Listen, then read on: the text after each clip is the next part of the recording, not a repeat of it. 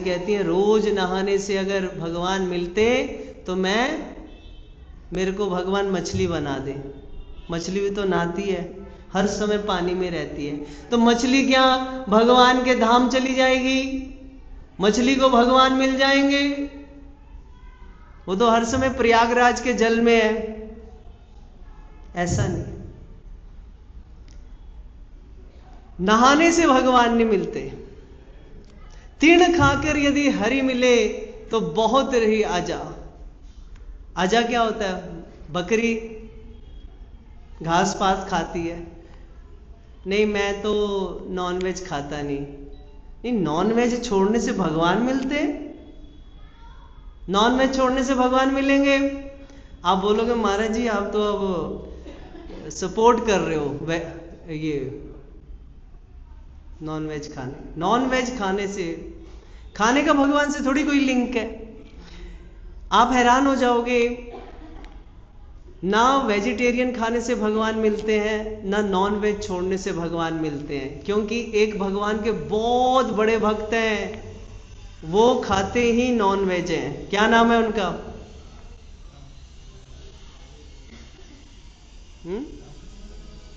बताओ कौन है? वो खाते ही नॉनवेज है। और भाई साहब उनका नाम लेने से पूरा आपकी 7 पीढ़ियां पवित्र हो जाएंगी, और उनका नाम नहीं लिया सब खत्म हो जाएगा। और नॉनवेज खाना उन्होंने, और भगवान उन्हें बड़ा प्यार करते हैं। बताओ कौन है? गरुड़ जी। अरे गरुड़ जी का तो खाना ही क्या है? सर्प है। गरुड़ जी तो सांपों को खाते हैं। गरुड़ जी थोड़ी कोई उनकी इच्छा है खा ले मालपुआ खीर तो अलग बात है, पर मूल रूप से उनका आहार सर्प है। तो सर्प क्या है? सर्प कोई वेजिटेरियन थोड़ी है। जब गरुड़ जी को प्रथम बार उड़ान भरी गरुड़ जी ने आकाश में, आप हैरान हो जाओगे गरुड़ जी ने कितने बड़े बड़े जानवरों को खाया। उनकी माता ने समझाया था उनको, सब कुछ खा लेना, ब्राह्मण को कभी मत खाना। ब्राह्मण का बड़ा तेज है गरुड़। वहां पे उन्होंने कितने ही निकृष्ट लोगों को भोजन कर लिया जो पापिष्ट थे। पर गरुड़ जी हमारे आराध्य हैं।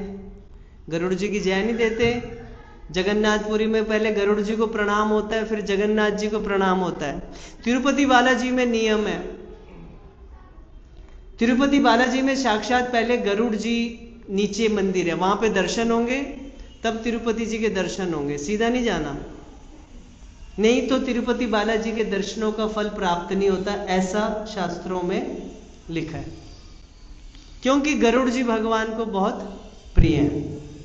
इसका यह मतलब नहीं है कि गरुड़ जी ने खाया तो हम प्याज लहसुन कभी कभी हम भी खा सकते। नहीं नहीं, तुम नहीं खा सकते। पहले तुम्हारे अपने पंख लाओ, उड़ो, छत से एक बार छलांग मार के देखो। तुम गरुड़ हो, तुम तो चिड़िया भी नहीं हो, तुम कैसे खाओगे? ये अथॉरिटी गरुड़ जी को दे रखी है, हमको नहीं दे रखी। इसलिए हम मनुष्य है ना, हमारा शरीर ऐसा नहीं है ये नॉनवेज खाने वाला। हमारे दांत शेर वाले नहीं है। शेर के दांत तीखे होते हैं, ग्रिप होती है। हमारे दांत तो ऐसे हैं जैसे गाय के दांत हैं, जैसे अजह के गजा के दांत हैं, ऐसे दांत हैं हमारे, सिंपल। तो हमारी जो गाय माता है ये वेदों के द्वारा पूजनीय है, क्योंकि गाय माता के जो शरीर है, गाय माता की जो कृपा है बड़ी अद्भुत है। एक बार आप हैरान हो जाओगे, अगर कोई भगवान की कथा ना सुने ना तो आदमी का माइंड पजल हो जाता है। आदमी अपने हिसाब से धर्म की व्याख्या करता है। फॉरेन में एक भक्त था, यूक्रेन में। यूक्रेन पता है ना, पुतिन ने अब बराबर कर दिया। तो मैं वहां पे था। यूक्रेन की सारे डिस्ट्रिक्ट मैंने घूमे हुए हैं, कीव, ओडिशा, खार्किव। मैं 1-1.5 महीने रहा वहाँ। जहाँ जहाँ अभी पूरा उजड़ चुका है, हम सब जगह रह के आए। वहाँ पर एक भक्त था, तिलक लगाता था। उसने खुद ही एडमिट किया कि उससे क्या पाप हुआ। ऐसा पाप जो आप सोच नहीं सकते। पाप तो बहुत होते हैं, पर उसने जो पाप किया ना, वो सबसे अलग ही किस्म का पाप है। कहते मैंने सुना गाय माता को भगवान बहुत प्यार करते हैं और कहते मेरे को हरि नाम करते करते, भक्ति करते करते बहुत समय हो गया मुझे, पर मुझे कभी कोई रियलाइजेशन नहीं हुई, कभी भगवान ने कोई अनुभूति नहीं दी, कोई भक्ति में मेरा टेस्ट नहीं है। तो मैंने ये सुना था, यदा यदा हि धर्मस्य ग्लानिर्भवति भारत, भगवान की प्रतिज्ञा है भगवत गीता में, जब जब इस पृथ्वी पर पाप बढ़ेगा, साधुओं को, वैष्णवों को, मेरे प्रियजनों पर जब अत्याचार होगा तो मैं आऊंगा। तो गाय तो भगवान की बहुत प्रिय है। तो मैंने क्या किया, मैंने गाय को बांधा, इतना मोटा जो लकड़ी की सोटी होती है उठाई, गाय को टाइट बांधा ताकि हिले ना, और जो गाय को मारना शुरू किया, एक के बाद एक के बाद एक के बाद, और गाय तड़प रही है, गाय छटपटा रही है, गाय के शरीर से लहू आने लग गया, पर मैं हटा नहीं। मैं ये सोच रहा हूं कि अब तो कृष्ण आएंगे गाय को बचाने। बताओ कैसी दुर्बुद्धि, कैसा विचार, कुविचार, कि गाय को बेरहमी से मारने से भगवान आएंगे। ऐसा होता है। इसलिए रूप गोस्वामी ने बोला अनुकूलस्य संकल्पः। आचार्यों ने कहा अनुकूल भाव से भक्ति होती है, प्रतिकूल भाव से नहीं होती है। कल को तो ऐसा कोई बोले भाई गौड़िया मठ में ऐसे वैष्णव को खोजो जिसे भगवान बहुत प्यार करते हैं, और फिर क्लास लगाओ, इनको बचाने भगवान जरूर आएंगे। ऐसा नहीं है। ना तो वहां उसको गाय को बचाने भगवान आए, ना उसको भगवान ने कोई अनुभूति दी, पाप अलग से हो गया। तो इसीलिए आचार्य कहते हैं कंस की तरह भक्ति नहीं होनी चाहिए, हिरण्यकश्यप की तरह भक्ति नहीं होनी चाहिए, अनुकूल भाव से। ये कोशिश की थी 5,500 साल पहले श्री कृष्ण को अपमानित करने के लिए। भरी सभा में 100 गालियां दी गई। कौन था? शिशुपाल। शिशुपाल ने 100 गालियां, कृष्ण ने कहा था। शिशुपाल की जो माता जी हैं उनको पता चल गया कि बचपन में मेरे पुत्र की मृत्यु कृष्ण द्वारा होगी, तो उन्होंने कहा था हे कृष्ण, आपका और हमारा तो रिश्ता है, मेरे पुत्र को मारना मत कृष्ण कभी। कृष्ण ने कहा देखो माता, 100 गालियों तक मैं मारूंगा नहीं, 100 के बाद मैं सहन नहीं करूंगा। और जब पंच पांडवों ने राजसूर यज्ञ किया तो वहां पर एक प्रश्न उठा, सबसे पहले किसकी पूजा की जाए? तो सबने एक मत से कहा भीष्म पितामह आदि जो बड़े बड़े हैं, कृष्ण की पूजा की जाए। तब वहां पर शिशुपाल से रहा नहीं गया। कहते शर्म करो थोड़ी, इसका तुम्हें हिस्ट्री पता है, इसने क्या करके आया? ये गुस्सा हो गया। कहते भाई ये तो नंबर 1 चोर है, इसने ब्रज में जितनी चोरियां की आपको कुछ नहीं पता, इसका बैकग्राउंड पता है आपको? ये कोई राजा का लड़का थोड़ी है, ये गाय चराने वाले परिवार से है। बचपन में जब ये 6 दिन का था, इसने एक लेडी की हत्या कर दी। किसकी बात कर रहा हूं? पूतना की। अब उसको कौन समझाए, पूतना लेडी थोड़ी है, तो महा लेडी है भाई।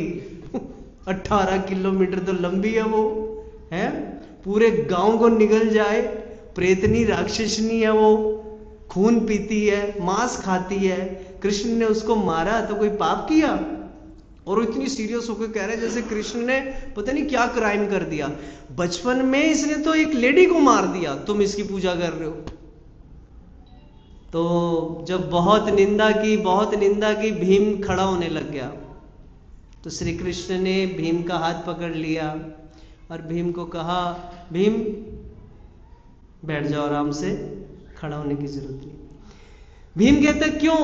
क्योंकि श्री कृष्ण 100 गालियां क्या कर रहे हैं, काउंट कर रहे हैं, 1 2 3 4 5, भगवान काउंट कर रहे हैं, सबको बिठा रहे हैं, अर्जुन तुम भी बैठ जाओ, तुम भी बैठ जाओ, तुम भी बैठ जाओ। 80 तक हो गई हैं, 90 तक हो गई हैं, और जब 100 पूरी होगी तो सुदर्शन चल पड़ो। तो ये जो शिशुपाल ने गालियों से भगवान की आरती की, ये कुछ फायदा हुआ? इसलिए हम जितने लोग हैं ना, हमारी लाइफ में कितनी ट्रबल आए, कभी भगवान को गाली मत देना। या तो मरने के बाद ब्रज में जन्म लो, ब्रजवासी बनो। ब्रजवासियों का कृष्ण को गाली देने का अधिकार है, हमारा नहीं है।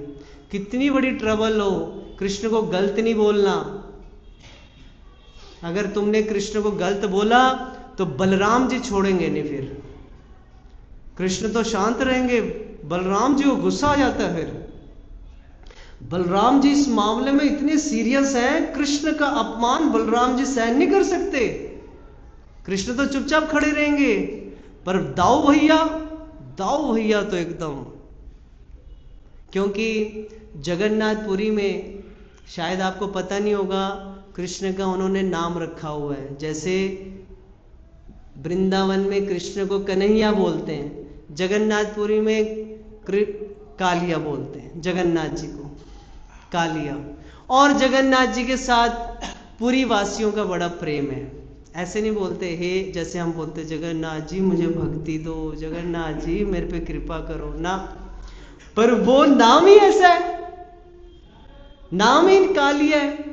पर एक बात है, जब पूरी वासियों को कोई प्रॉब्लम होती है ना, या कोई विपद में पड़ते हैं, तो सबसे पहले वो ये बोलते हैं, देख ले तेरे को दाऊ भैया देखेंगे, बलदेव जी की सौगंध है तेरे को। क्योंकि बलदेव जी के प्रति सब डरते हैं।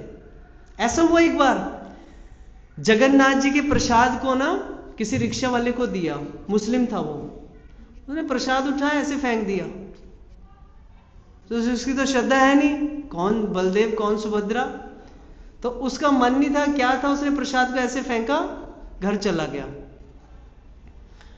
और अगले दिन वो रिक्शा वाला वहां पर तड़पते हुए आया उस नाली के किनारे, जहां वो नाली बह रही थी ना, जहां प्रसाद फेंका उसने, और नाली में हाथ मार रहा, वो तड़पते हुए चीख रहा है, चिल्ला रहा है। तो किसी ने पूछा, भाई क्या हो गया, तू नाली में क्या ढूंढ रहा है? कहते भैया कल हमने यहां प्रसाद फेंका, मैं उसको ढूंढ रहा हूं। तो कहते हुआ क्या? कहते मैं रात में सोया, कहते गोरा सा लड़का आ गया, मुकुट पहना हुआ है, बाजू बंद, और कहते मेरी छाती पे चढ़ गया। वो बात कर रहा था बलदेव जी की, बलराम जी की। और मेरी छाती पे चढ़ के वो बोलता, जिस हाथ से तूने मेरे भैया का प्रसाद फेंका ना, तेरी वो दोनों हाथ उखाड़ दूंगा मैं। तेरी हिम्मत हुई, तूने मेरे भैया का प्रसाद नाली में फेंक दिया। और कहते मेरे को ऐसा लग रहा है जैसे मेरे हाथों की हड्डियां तोड़ दी गई हो, मेरे हाथ काम नहीं कर रहे। कहते अभी जा, जहां पे तूने प्रसाद फेंका है, नाली में गिरा है, गटर में गिरा है, उठा उसको, खा, माफी मांग। बताओ गुस्सा किसको आया? बलदेव जी को। इसलिए बलदेव जी क्षमा नहीं करेंगे। कृष्ण के चरणों में अपराध बलदेव जी को सहन नहीं है। इसलिए कोशिश करें, जब लाइफ में प्रॉब्लम आए थोड़ा रो लें, मुंह पे कपड़ा लगा के, कृष्ण को गलत ना बोले। साथ में दाऊ जी खड़े हैं, हम इतने बड़े भक्त नहीं है कि हमारा साहस हो कृष्ण को गलत बोलने का। गौशाला में एक बार एक लेडी आई, गौशाला में एक बार एक माताजी आई, और वो माताजी जो है उन्होंने बड़ी अद्भुत बात बताई। कहते मैंने ना अपने घर के ठाकुर को बहुत अच्छे वाली सजा दे दी है। मैंने कहा आपने ठाकुर को सजा दे दी? आपका अधिकार है ठाकुर को सजा देने का। कहते और क्या, मेरा बच्चा बीमार, मैंने अपने ठाकुर को कहा मेरे बच्चे को ठीक करो, बहुत मन्नतें मांगी, बहुत हाथ पांव जोड़े, क्या क्या नहीं किया मैंने महाराज, क्या क्या नहीं किया, पर मेरे बच्चे को ठाकुर ने उठा लिया। और मैं घर गई, बच्चे को चिता पे जलाने के बाद मैंने सबसे पहले गुस्सा किस पे उतारा, भगवान पर। क्या किया मैंने, ठाकुर को उल्टा कर दिया, लड्डू गोपाल को सिर के बल खड़ा कर दिया, और सिंहासन वही है और उल्टा खड़ा करके वहीं पे छोड़ा हुआ है। और ना मैं भोग लगाती हूं, ना मैं आरती करती हूं, बस एक बार पर्दा खोल के देख लेती हूं और फिर गालियां देती हूं, तूने मेरे साथ गलत किया ना, अब उल्टा लटका रहे। तो मैंने कहा आप मुझे ये बताएं, आपके उल्टे लटकाने से भगवान उल्टे लटक गए? आप में इतना साहस है कि आप ब्रह्मांड पति को उल्टा लटका दें? आप में इतनी हिम्मत है जिनको कंस, जरासंध, शिशुपाल, हिरण्यकश्यपु, रावण जैसे हिला नहीं पाए, आप उन भगवान को इतना शासन कर सकते हैं? नहीं कर सकते। इसलिए माता, जो उल्टा लटकाया हुआ है उसको करो सुलटा, नहीं तो अभी भगवान जो है साइलेंट मोड पे है। अगर वाइब्रेशन मोड पे आ गए तो जिन हाथों से उल्टा लटकाया वो हाथ रहने नहीं वाले। अगर बलदेव जी की नजर पड़ गई कि मेरे भाई को उल्टा लटकाया, फिर बलदेव जी का गुस्सा ब्रह्मांड को कंपित करता है। भगवान पे शासन करने का एक व्यक्ति का अधिकार है। श्री वल्लभाचार्य जी ने कहा, मन मानसे तामस राशि घोरे, कराग्रहे दुखमय निबद्धा। हे कृष्णा, मैं आपको सजा देता हूं। भक्त कहता है, कैसी सजा? देखो, भक्त भगवान को सजा दे सकता है। कैसी सजा? मैं आपको अपने हृदय रूपी कारागार में डालता हूं।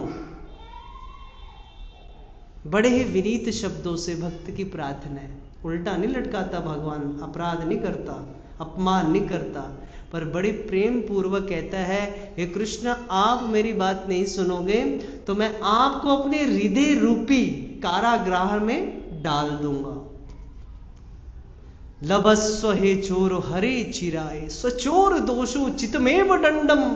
मैं आपको दंड देता हूं। ये देखो, सभ्य तरीके से भक्त का निवेदन है। इसलिए श्री कृष्ण शासन स्वीकार करते हैं अपने भक्तों का, अभक्तों का नहीं। हम अपनी दुनियादारी में नहीं देखते। दुनियादारी में क्या होता है, अपना फैमिली मेंबर गाली दे दे, अपना फैमिली मेंबर झगड़ा कर ले, कोई बात नहीं, एक छत के नीचे है ना, दोबारा कंप्रोमाइज हो जाएगा, झगड़ा सुलझ जाएगा। पर आपके घर के अंदर लड़ाई हो रही हो और पड़ोसी आके दरवाजा खटखटाए और आप दरवाजा खोलो और पड़ोसी बोले, बहन जी बात ऐसी है, आपकी हस्बैंड से लड़ाई हो रही है ना, तो मेरे घर तक आवाज आ गई, मैंने सोचा 2 गालियां मैं भी दे दूं आपको, ये हस्बैंड को। बंदा वैसे सच में बुरा है, ठीक नहीं है आदमी है। उसकी वाइफ ये सहेगी, बोलो माता आपके हस्बैंड को आप गाली दो। अरे आपका राइट है। पड़ोसी कहता मैं भी दूंगा इसको 2 गालियां। वो क्यों देगा कि 2 गालियां? भाई तू क्यों दे रहा 2 गालियां? मेरा पति है, मैं उसको मारूं, मैं चाहे उसे पीटूं, मेरा बच्चा है। बच्चे पे शासन कर रहे हैं माँ बाप। पड़ोसी आया, भैन जी 2 थप्पड़ मैं भी मारने ने, मुंडा बहुत खराब है, आप मारने दोगे? आप मारने दोगे? नहीं मारने दोगे। इसीलिए भगवान पे शासन भक्त करता है और कोई नहीं। इसलिए भगवान के सामने विनीत भाव से प्रार्थना हो, विनती हो, चाहे कितनी विपत्ति आ जाए सहो, पर चुप रहो। हाँ, प्रेम पूर्वक निवेदन कर सकते हैं। हमारे तो एक महाराज थे, वो बोलते थे कि जब आप तो ऐसी बातें करते हो, भगवान को कुछ नहीं कहना, कहते जब घुटनों में दर्द होता है ना, कहते हमें पता रहा नहीं जाता, फिर बोला जाता है। देखिए प्रार्थना करना अलग है और भड़ास निकालना अलग है। गालियां नहीं देनी, प्रार्थना तो अलग चीज है। ठाकुर जी ऐसा है ऐसा है ऐसा है, अब अपने दिल की फीलिंग्स बयान कर सकते हो, पर you can not put pressure on Krishna. आप कृष्ण पे प्रेशर डालो, ऐसा नहीं हो सकता, ऐसा नहीं भगवान प्रसन्न। इसलिए भक्त जो है ना, हर परिस्थिति में, हर स्थिति में कृष्ण के ऊपर निर्भर है, कितना ही विपरीत परिस्थिति आ जाए। हमारे लास्ट में मैं बताऊंगा आपको, हम लोग और वैष्णव साधु कितना फर्क होता है। कि यहाँ पे भूकंप आ गया चंडीगढ़ में, बहुत कम लोगों को पता है यहाँ भूकंप आया। पता नहीं, आप लोग तो चंडीगढ़ में होंगे पर अपने घरों में होंगे। यहाँ पे उस समय शिला तीर्थ गोस्वामी महाराज, हाँ फंक्शन था, शिला महाराज जी कमरे में, और जब भूकंप आता आपको पता क्या होता है, बिना बिजली के फैन हिलता है, अलमारियां हिलती हैं, बेड हिलता है, सब कुछ हिल रहा है। दौड़ते हुए सारे गुरु महाराज के कमरे में गए, क्योंकि गुरु महाराज, सबने देखा भाई गुरु महाराज कैसे हैं, देखे जरा। दरवाजा खटखटाया और उस समय सबकी हालत ये है, सारे इधर भाग रहे हैं उधर भाग रहे हैं, कुछ तो गौशाला का गेट टप के उधर चले गए। पहले दूसरा गेट होता था लोहे का 4-5 फीट का, उसको छलांग मार के उधर चले गए कि गौशाला थोड़ी सेफ रहेगी, ये तो बिल्डिंग गिर गई तो हम तो मर जाएंगे। उस समय जब गुरु महाराज के कमरे में सबने नॉक किया, गुरु महाराज ने आराम से दरवाजा खोला जैसे कुछ हुआ ही नहीं है। गुरुजी प्यार से पूछते क्या हुआ, कहते महाराज क्या हुआ, पूरी दुनिया हिल रही है, भूकंप आ गया है। गुरुजी का पहला शब्द क्या है, गुरुजी का पहला शब्द क्या था, आप सोच सकते हो। हमें कोई ऐसे बोले भूकंप आए तो हम क्या बोलेंगे, कुछ नहीं बोलेंगे, हम उसको पीछे हटा के बाहर भागेंगे, बिल्डिंग गिर जाएगी। गुरुजी बोलते श्री राधा माधव जी का गर्भगृह का कपाट खोल के देखो कि भगवान सुरक्षित हैं कि नहीं है। ये फीलिंग है भक्त की। देखो भक्त की कैसी भावना है, विपरीत परिस्थिति में भी भक्त भगवान की प्रोटेक्शन करता है। भगवान कैसे मेरे, और सच में जब दरवाजा खोला गया, गुरुजी ने आज्ञा दी, गुरुजी आए, गुरुजी ने देखा राधा माधव जी ठीक है। भूकंप में तो भूकंप तो कुछ छोड़ता नहीं ना, पूरा हिलाता है वो तो। उन्होंने फिर आके देखा तो फिर राधा माधव जी ठीक है। गुरु न भी दुख न विचालते, बहुत भयंकर दुख होने से भी विचलित नहीं होगा। इसलिए